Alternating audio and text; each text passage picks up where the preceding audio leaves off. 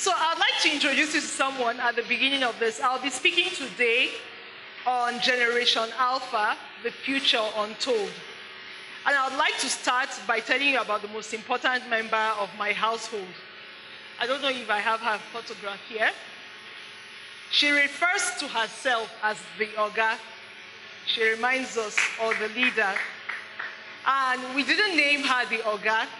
She named herself. So she came home one day and asked us to vote for the head of the house. And she told us she was going to contest, and she asked who was going to contest against her.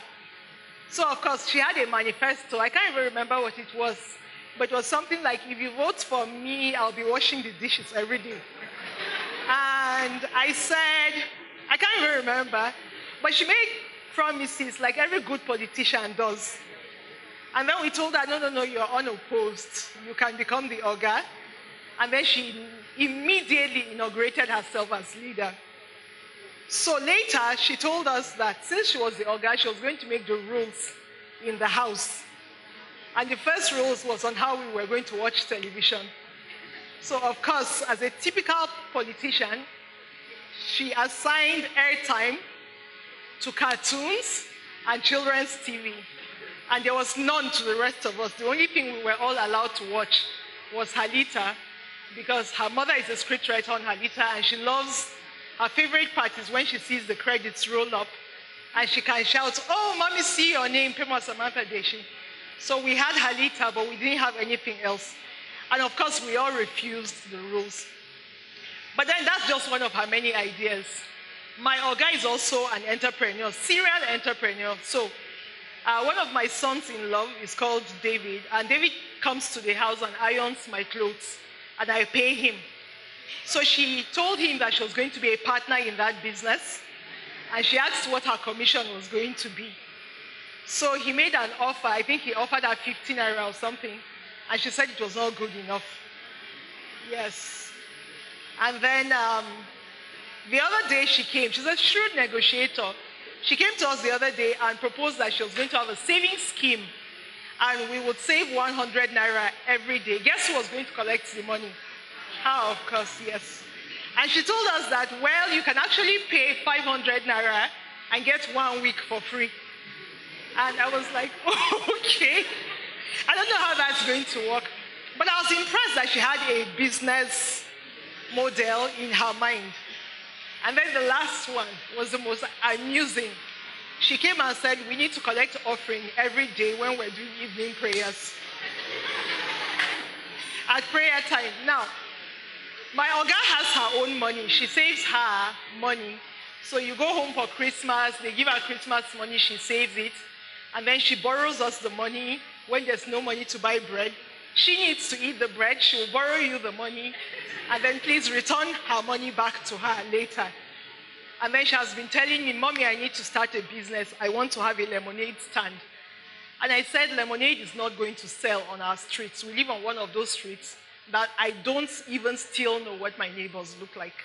So I told her it's not going to work. And she's thinking about it. Now, she negotiates all the time. She's not afraid to ask you what you're asking her to do. So if you ask my daughter, do this, she's going to ask you why. And then many times I listen, and I mean she asks 100 questions every day. But the moment she sleeps, I just look at her, I take a deep breath, and I wonder, where does this girl of mine come from? Because, I mean, she's only 7 years old. And at 7 years, I wasn't a street-smart politician. Neither was I an investor thinking about my next business move and how I'm going to make money. And you see, anytime I ask myself, where does she come from, I'm fascinated. I find her fascinating, I find her interesting, and I find her strange. And I'm right, we don't come from the same place. She comes from a generation known as Generation Alpha, and I still come from the X generation. I'm not even a millennial, hallelujah, I like that part. You know, I like the fact that I escaped the millennials. I like you guys, don't worry about that. And the differences, I'm finding out that generational differences are almost as large as cultural differences or geographical differences. And then I have two other Generation Alphans that I know, and they're my nieces. Incidentally, they're all female. We tend to give birth in my family in waves. We have many boys, then we have many girls, then we have many boys. Okay, so right now we're having a girl wave. So I have two other nieces, yes. And my sister, they're daughters of my sister Dorcas. Now the first is 5. And one of those days, she overheard someone referring to her as Dorcas' daughter. And she said, I am not Dorcas' daughter. My name is, and she went on to tell us her name. She's such an individual. She's very self-aware. And at the time of this statement, when she told us that, she was only 3 years old. And then she loves technology in the way that only a native of technology would love it. So she would collect my tablet and go away with it. And one of those days I said, where's my tablet? And my daughter said, Mommy, but you know that when my cousin comes, if you don't give her that tablet, she will do like she wants to die. And I said, what about you? And she said, no, my own is TV. They are so self-aware of everything. Now, they have this dexterity. They're able to play games that you don't teach them. They have intelligence to solve all kinds of problems as long as they're disguised as fun. And then advanced science concepts like time travel, artificial intelligence, and astronomy are things that they understand and they accept as facts. They have no problems. They're not struggling with anything whatsoever. They don't have any problems stretching their minds what to believe. And then my final niece, who is perhaps my favorite, I call her Wolverine. And I call her that because she loves meat. She is happy and unabashed when she's eating meat. But then it's deeper than that. She's also the fiercest little girl you've seen. She's just 2 years old, and she will never, ever back down from a fight. It doesn't matter who is fighting her. She's going to stand, and she's going to fight you. And then she lacks a sense of danger. She's just going to walk off this podium just because she feels like. And then if anything, she finds danger very thrilling. And you and I know that the average African of our age is afraid of everything. If you've been around white people, you ask yourself, waiting, send me, come. But you know, the black man, we just have a sense of caution. But that doesn't happen to my nieces, to my niece or my daughter. So there are the 3 of them over there, and they're the Generation Alphans that I have to deal with every day. And every time I look at them to foretell the future, I believe that I can loosely predict what the future is going to be. So why are they called Generation Alpha? It was because in 2009, an author called Mark McRindle was researching a book when he became aware that the present generation being born were without a name. And then since the last profile generation was the Generation Z, he asked people, what do you think the next generation should be called? And people called it Generation A. Now, I keep wondering why the last generation was called Generation Z. Maybe it was because we looked at the world during their time and we thought everything was going to end. But somehow here we are, and a new generation is being born. And then he decided to call them Generation Alpha because he adopted the Greek letters and he used the Greek alphabets as against the Latin. So for the sake of nomenclature, who is Generation Alpha? They are the children that were being born from the year 2010 and those that will be born down to the year 2029. So McRindle said he loved that they were the first generation that were born in the 21st century. So in this century, they're the first generation. And he said, let these ones be about the start of something new and not the return of something old. You know, so for me, as a storyteller, I'm all those things. I'm administrator, I'm mother, and all of that. But at my core, at my DNA, I'm just a storyteller. I love to tell stories. It all started from my father. Many evenings we sat at home. I grew up in Gindri. And for some of my childhood, there was no steady light in Gindri. So what would happen was that we had a courtyard in the house and we would all sit there and just talk in the evening. And my father would tell us stories. He would tell us stories about growing up.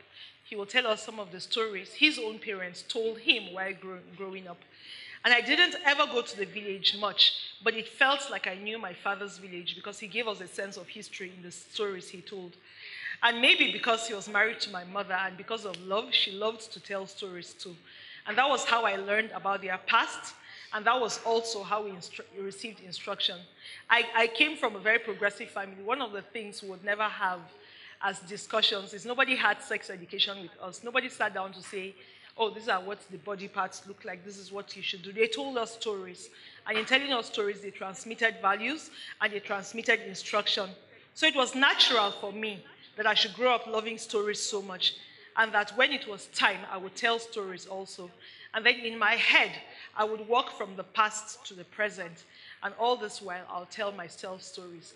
So I never met my paternal grandfather, but my father told me that she had one bad eye because one day her husband was fighting with someone, and she came to his rescue, and the person injured her eye. And in her, I see a little bit of myself because I'm a fighter. You really don't want to get into a fight with me. I am like my favorite niece, Wolverine. I don't back out on a fight. And that's in a good way, so don't cross me. Yes, so it was natural that I should do that. And then storytelling still is my tool for comprehension of my world and the intricate relationships that exist. So often I tell myself the story, and I found out one thing as I tell stories, is that the universe entrusts the stories into the hands of the storytellers. So I found myself, I have a chance, life has given me a chance to watch stories or to guess stories or just to enjoy stories. I watching people unfold. And it's for this reason that I tell what I think is the future of Generation Alpha. So when I look at these three girls, I think that their lives are going to be wonderful. I think that they have what it takes. They're articulate, they're intelligent, they're street smart, they're savvy, they're fearless, they're all of those things.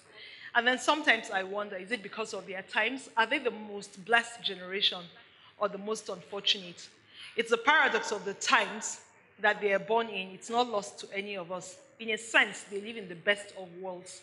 Because of advances in medical science, we expect that some of them are going to live up to 100 effortlessly. They're also blessed with technology and they never have to learn. If you have a niece or a nephew or a son in this class, you know that nobody teaches them how to unlock your phone. Nobody teaches them how to type. They're just born with it. You know, they don't have to read the manual of any device. They take a look at it and they say, oh, there's a triangle here and there's a circle there, so I'm sure this part fits into that other place. And that's the child of the Generation Alpha. We also know that they are less likely to have boundaries. The world is already a global village.